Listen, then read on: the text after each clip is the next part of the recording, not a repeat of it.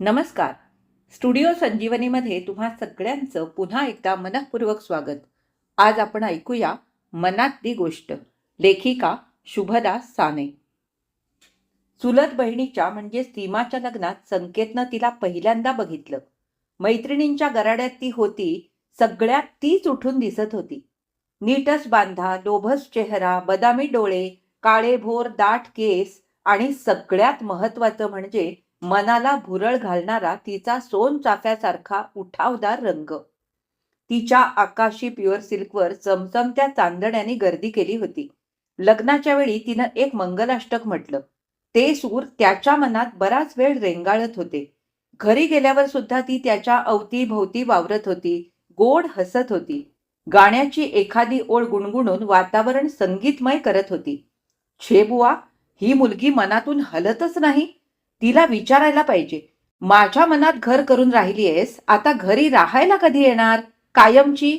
मनातल्या मनात तो असं तिच्याशी बोलायचा. त्यावेळी एक जुनं गाणं त्याच्या ओठावर हलकेच उतरायचं.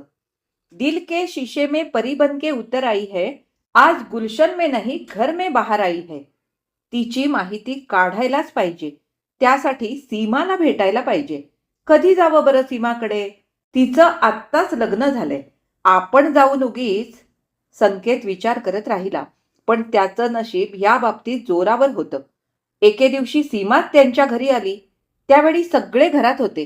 संकेतचे आई बाबा, आजोबा, सगळ्यांशी ती मनमोकळं बोलली.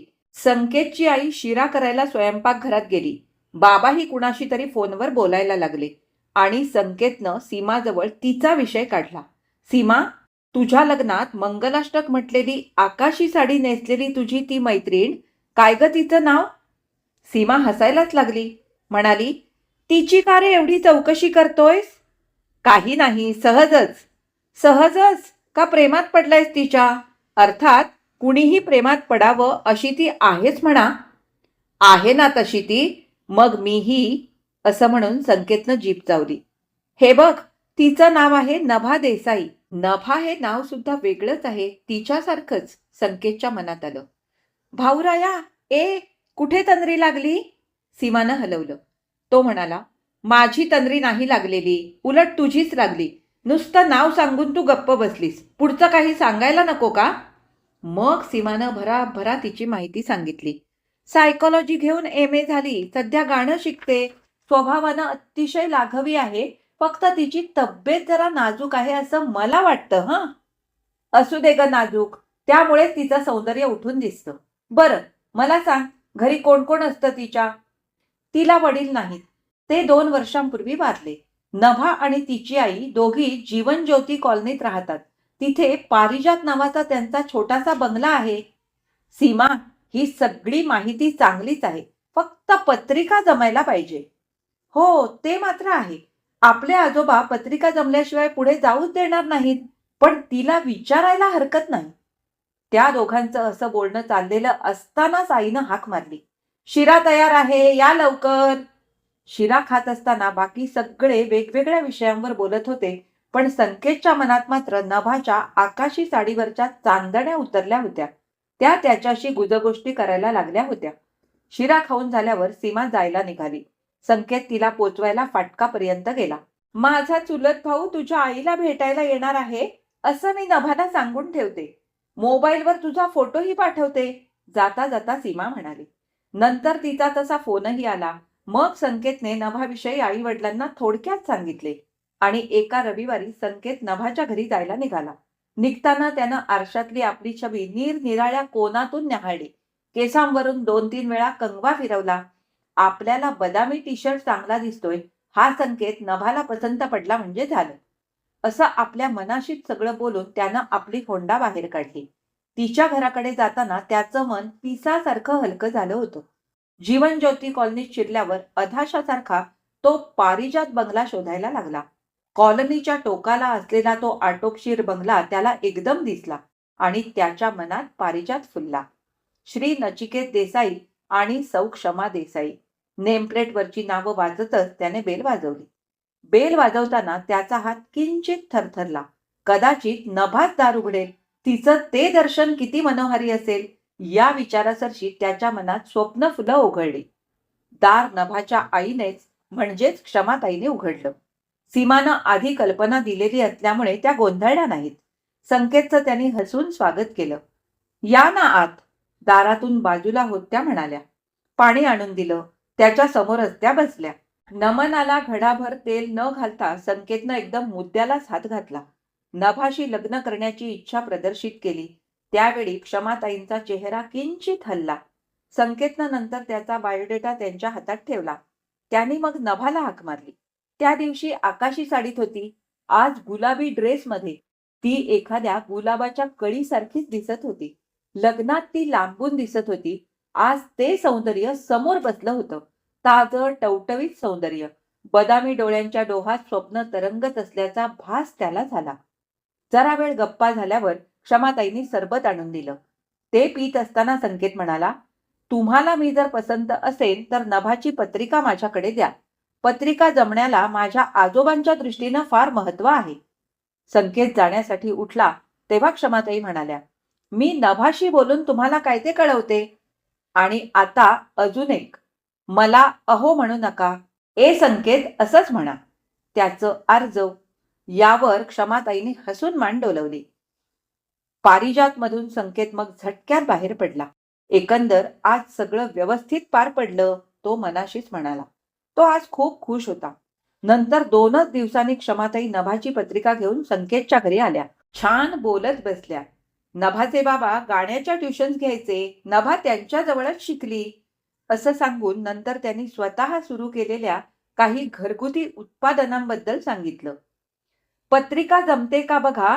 जमली तर मला आनंदच होईल असं निरोप घेताना त्या म्हणाल्या. संकेतच्या एका मित्रानं ज्योतिषशास्त्राचा अभ्यास नुकताच पूर्ण केला होता. संकेत त्याच्याकडेच गेला नभाची पत्रिका घेऊन. स्वतःची पत्रिका त्याच्याजवळ होतीच. या 2 पत्रिका जुळतायत का बघ. मित्राला तो म्हणाला. मनातल्या मनात तो देवाचा धावा करत होता. देवा, आमच्या पत्रिका जुळू देत. तुझ्या पुढे 5 पेढे ठेवीन. देव्हाऱ्यातली गणपतीची मूर्ती डोळ्यांपुढे आणून तो म्हणत होता. मित्रानं दोन्ही पत्रिका काळजीपूर्वक बघितल्या. खूप वेळ तो बघत होता. नंतर तो म्हणाला, संकेत, या दोन्ही पत्रिका जुळतायत. संकेत खुश झाला. गणपतीच्या मूर्तीपुढं त्यानं भक्तिभावानं मनातल्या मनात हात जोडले. तेवढ्यात मित्र म्हणाला, मला अजून एक सांगायचंय. आता काय अजून. संकेतच्या चेहऱ्यावर प्रश्नचिन्ह.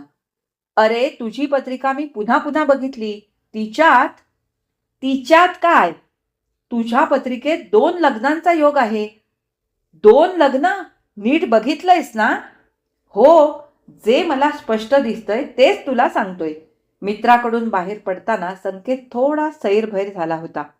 2 वेळा लग्न. याचा अर्थ काय.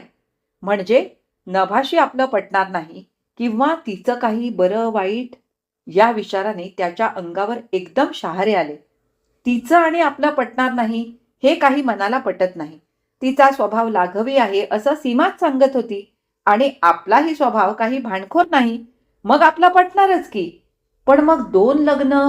त्यानं मग हे दोन्ही विचार धुडकावून लावले. पत्रिकेतलं सगळंच काही अगदी खरं नसतं. त्याचं मन एकदम अंधश्रद्धेच्या विरुद्ध गेलं. आपण हे कुणाला काही सांगायलाच नको हे मनाशी पक्क ठेवूनच त्यानं घरात पाऊल ठेवलं.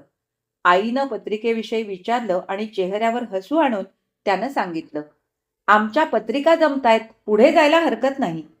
संकेतचं बोलणं ऐकून घरातल्या सगळ्यांनीच सुटकेचा निश्वास टाकला. विशेषतः आजोबांनी. संकेतला मनपसंत जोडीदार मिळणार म्हणून आई बाबा खुश झाले. मग दाखवण्याचा कार्यक्रम झाला. नभा त्या दिवशी लाल डिझायनर साडी नेसली होती.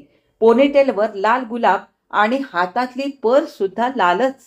गुलमोहराच्या फुलाचीच संकेतला आठवण झाली. प्रत्येक रंगात हिचं सौंदर्य वेगळंच दिसतं. त्याच्या मनात आलं.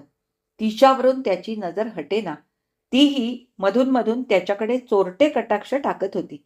लगेचच लग्न ठरलं आणि व्यवस्थित पारही पडलं. तिची पाठवणी करताना क्षमाताईंना अश्रू अनावर झाले.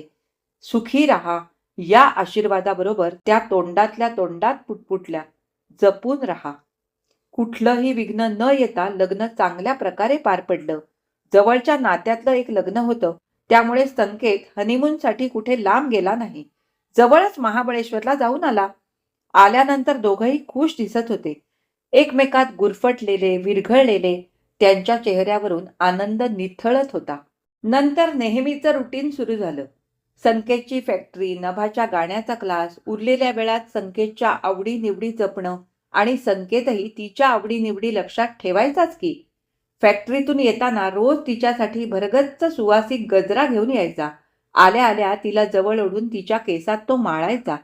एके दिवशी फॅक्टरीतून येताना त्यानं ठरवलं होतं, आज निळ्या नभाखाली आपल्या नभाचा हात हातात घेऊन खूप फिरायचं, स्वप्न रंगवायची, मग एखाद्या कॅफेमध्ये कडक कॉफी प्यायची. ह्या धुंदीतच तो घरी आला. नभा म्हणून त्यानं नेहमीप्रमाणे हाक मारली आणि खोलीत गेला. तर नभा झोपलेली, चेहराही उतरला होता तिचा. नभा, काय होतंय ग? बरं वाटत नाही, किंचित ताप आलाय. संकेतनं तिच्या कपाळावर हात ठेवला तर ते गरम लागलं. डॉक्टरना बोलवूया का? डॉक्टर कशाला? क्रोसिन घेते, मला बरं वाटेल. आणून द्या मला क्रोसिन. क्रोसिन घेतल्यावर तिला बरं वाटलं. एक दिवस विश्रांती घेऊन तिचा नेहमीचा दिनक्रम सुरू झाला. काही दिवस बरे गेले आणि पुन्हा तिला ताप आला. पुन्हा मागच्यासारखंच क्रोसिन घेऊन बरं वाटलं आणि मग हे वारंवारच व्हायला लागलं. ताप आल्यावर बोलताना तिला धापही लागायला लागली.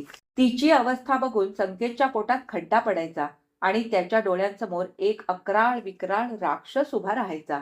उग्र चेहऱ्याचा, लाल डोळ्यांचा तो राक्षस खदाखदा हसत म्हणायचा, माझं नाव भविष्य. तुझ्या मित्रानं तुझी पत्रिका बघून लग्नाच्या आधी सांगितलं होतं ना, ते भविष्य. 2 वेळा लग्नाचा योग. संकेतच्या घरातले सगळे काळजीत पडले. त्यांचे फॅमिली डॉक्टर म्हणाले, एकदा सगळ्या टेस्ट करून घेऊया.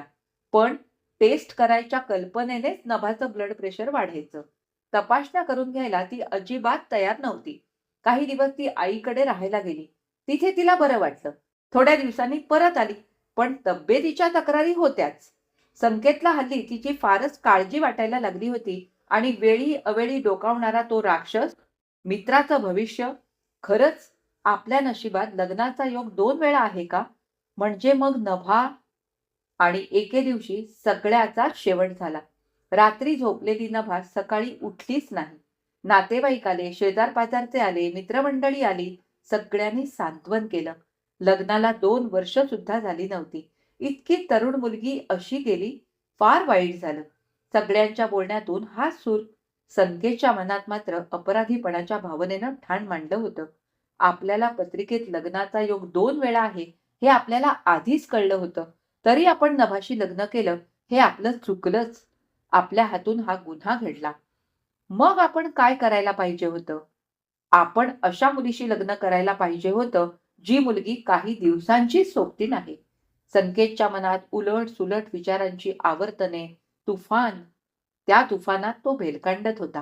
त्याचं मन या सगळ्या विचारांनी जड झालं होतं. एके दिवशी त्यानं ठरवलं, नभाच्या आईंच्याकडे जायचं आणि त्यांची माफी मागायची. त्याशिवाय आपल्याला चैन पडणार नाही.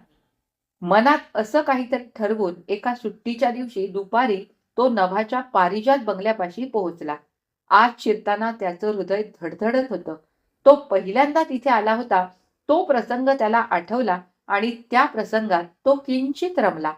त्यानं बेल दाबली. नभाच्या आईने दार उघडलं. संकेतला दारात बघून त्यांचे डोळे अश्रूंनी डबडबले. आत जाऊन तो कोचावर बसला. त्याला वाटलं, नभा आतून कुठून तरी आपल्याकडे बघते. जरा वेळानं ती बाहेर येईल, हसून म्हणेल. या कल्पनेशीच तो जरा वेळ खेळत बसला. नभाच्या आईने पाणी आणून दिलं आणि फॅन चालू केला. आई, तुमच्याशी कसं बोलावं, कुठून सुरुवात करावी हेच मला कळत नाही. पण मी आज मनातलं सगळं बोलायचं, मन हलकं करायचं असं ठरवूनच तुमच्याकडे आलोय. आईचा चेहरा प्रश्नार्थक. त्यांना जास्त कोड्यात न टाकता संकेतनं मन मोकळं करायला सुरुवात केली. तो बोलायला लागला. सीमाच्या लग्नात नभाला पहिल्यांदा बघितलं. ती आवडली, मनात भरली. सारखा तिचाच विचार. अशी सुरुवात करून नंतर त्यानं त्याच्या पत्रिकेत असलेल्या 2 लग्नांच्या योगाबद्दल सांगितलं. मला हे आधीच माहीत होतं, पण नभामध्ये मी इतका गुंतलो होतो की बाकी सगळ्या गोष्टींकडे मी दुर्लक्ष केलं. पण आता मात्र त्याचा पश्चात्ताप होतोय. माझ्याशी लग्न केल्यामुळे नभा गेली. कारण माझ्या पत्रिकेतला तो योग. माझ्यामुळे तुमचा आधार गेला. जे प्राक्तनात लिहिलेलं असतं ना, तेच घडतं. तू वाईट नको वाटून घेऊस. पदरानं डोळे कोरडे करून नभाच्या आई म्हणाल्या. मी तुमचा अपराधी आहे, माझ्या अपराधाला क्षमा नाही, पण एक मात्र मी करायचं ठरवलंय. काय रे? शक्य होईल तेवढा तुम्हाला आधार द्यायचा. तुम्ही आमच्याकडेच राहायला चलता का? आत्ताच चला. माझ्याबरोबर माझे आई बाबा काही म्हणणार नाहीत. उलट त्यांना बरं वाटेल. आत्ता तरी मला कुठेच जावंसं वाटत नाही. या घरात नभाच्या आठवणी आहेत. त्या आठवणींसमवेतच त्यांचे पुढचे शब्द अश्रूमध्ये वाहून गेले. जरा वेळानं संकेत उठला. आईच्या पुढे त्यानं हात जोडले आणि फाटकातून बाहेर पडून होंडा स्टार्ट केली. ती दिसेनाशी झाल्यावर नभाच्या आई घरात आल्या आणि स्वस्थ बसून राहिल्या. संकेतची वाक्य त्यांना परत परत आठवत होती. मी तुमचा अपराधी आहे. मी गुन्हा केलाय तुमचा. माझ्या पत्रिकेत 2 वेळा लग्नाचा योग असताना संकेतनं त्याचं मन मोकळं केलं. आपल्यालाही तेव्हा बोलावंसं वाटत होतं, पण नाही जमलं. पण आता आपणच आपल्याशी संवाद साधायला पाहिजे, त्या मनाशीच म्हणाल्या आणि भूतकाळात डोकावल्या. काही वर्षांपूर्वीच्या स्वतःच्याच संसाराकडे बघायला लागल्या. त्यांना त्या तिघांचं घर दिसलं. नचिकेत देसाई, क्षमाताई देसाई आणि त्या दोघांची अतिशय लाडकी मुलगी नभा देसाई. तिघही एकमेकात छान गुंतलेले. नभा म्हणजे सगळ्यांच्या कौतुकाचा विषय. घरीदारी सगळ्यांची आवडती. परीक्षेत कायम चांगले मार्क मिळवून पास व्हायची. गाणं तर असं अप्रतिम म्हणायची. वडिलांचा तो गुण तिनं बरोबर उचलला होता. दृष्टच लागली तिला. एके दिवशी शाळेतून आली ते बरं वाटत नाही असं म्हणतच. तिचं 10वीचं महत्वाचं वर्ष होतं ते आणि सारखी आजारीच पडायला लागली. नेहमीच्या डॉक्टरांनी काही टेस्ट करायला सांगितल्या. त्या लगेच केल्याही. रिपोर्ट आणायला नचिकेत एकटेच गेले होते. नभाला हार्ट प्रॉब्लेम असल्याचं डॉक्टरांनी सांगितलं. तिनं जास्त श्रम करू नयेत, फार तेलकट पदार्थ खाण्याचं टाळावं अशी बरीच पथ्य डॉक्टरांनी सांगितली. पथ्य काटेकोरपणे सांभाळली तर ती तिचे नेहमीचे व्यवहार व्यवस्थित करू शकेल. शेवटी ते म्हणाले. त्या दिवशी नचिकेत घरी आले तेव्हा ते अगदीच ढेपाळलेले दिसत होते. क्षमाताईंना त्यांनी सगळं सांगितलं. नभाला मात्र यातलं काही सांगायला नको असंच त्यांनी ठरवलं. 10वी नंतर कॉलेजला ॲडमिशन घ्यायची वेळ आली तेव्हा त्यांनी तिला आर्ट्सला जायचा सल्ला दिला. सायन्स तिला झेपणार नाही असं वाटून, अर्थात मनातल्या विचारांची पुसटशी कल्पनाही त्यांनी तिला येऊ दिली नाही. तुला मानसशास्त्र आवडतं म्हणून आपलं हे सांगतोय असाच सूर त्यांनी लावला. तसं सगळं व्यवस्थित चाललेलं असलं तरी नचिकेत मनातून खचले होते नभाच्या काळजीमुळे. आणि एके दिवशी त्यातच त्यांचा अंत झाला. त्या काळजीनंच त्यांना ओढून नेलं. घरात उरल्या मायलेकी. नभाच्या मैत्रिणींची लग्न व्हायला लागली होती. आपण काय करावं हेच क्षमाताईंना कळत नव्हतं. नभाच्या लग्नाचा विचार आपण करू नये असं त्यांच्या एका मनाला वाटत होतं, पण त्याच वेळी त्यांच्या दुसऱ्या मनाला मात्र वाटत होतं तिचं लग्न व्हायला हवं. तिला तरी नवऱ्याचं सुख कधी मिळणार? प्रत्येकाचं शरीर मागणी करतच असतं. ती मागणी पूर्ण व्हायला हवीच की. क्षमाताईंच्या मनात असे उलट सुलट विचार घोंगावत असतानाच अचानक संकेत भेटला. नभासाठी वेडा झालेला. आणि मग पुढच्या घटना वेगानं घडल्या. संकेत गेल्यानंतर क्षमाताई ह्या अशा विचारात अडकल्या होत्या. संकेतची वाक्य त्यांच्या मनावर आपटत होती. मी तुमचा गुन्हा केलाय. मी अपराधी आहे तुमचा. माझ्या पत्रिकेतल्या त्या विचित्र योगामुळे नभा लवकर गेली. ही वाक्य मनात धुमाकूळ घालत होती.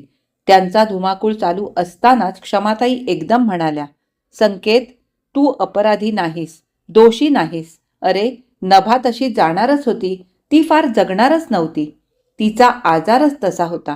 उलट तिचं तुझ्याशी लग्न झालं हेच योग्य झालं. नभाचा हार्ट प्रॉब्लेम तुझ्यापासून लपवून ठेवला म्हणून इतके दिवस मलाच अपराध केल्यासारखं वाटत होतं. पण आता मात्र वाटतंय आपण दोघंही अपराधी आहोत एकमेकांचे. संकेत, इतके दिवस तुझ्या मनाला जे टोचत होतं ते मला सांगून तू तुझ्या मनावरचं ओझं बाजूला केलंस आणि तुझं बोलणं ऐकून माझ्याही मनावरचं ओझं दूर झालं.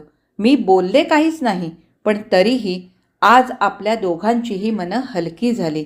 संकेत आपल्यासमोर बसलाय अशी कल्पना करून क्षमाताई हे सगळं बोलत होत्या बराच वेळ. ही कथा इथेच संपली. आज मी वाचलेली शुभदा साने यांनी लिहिलेली मनातली गोष्ट ही कथा तुम्हाला कशी वाटली हे मला कमेंट करून नक्की सांगा. आवडली असेल तर लाईक करा, शेअर करा आणि माझ्या चॅनलवर नवीन असाल तर माझ्या चॅनलला नक्की सबस्क्राईब करा आणि सोबतचं बेल आयकॉन दाबायला सुद्धा अजिबात विसरू नका.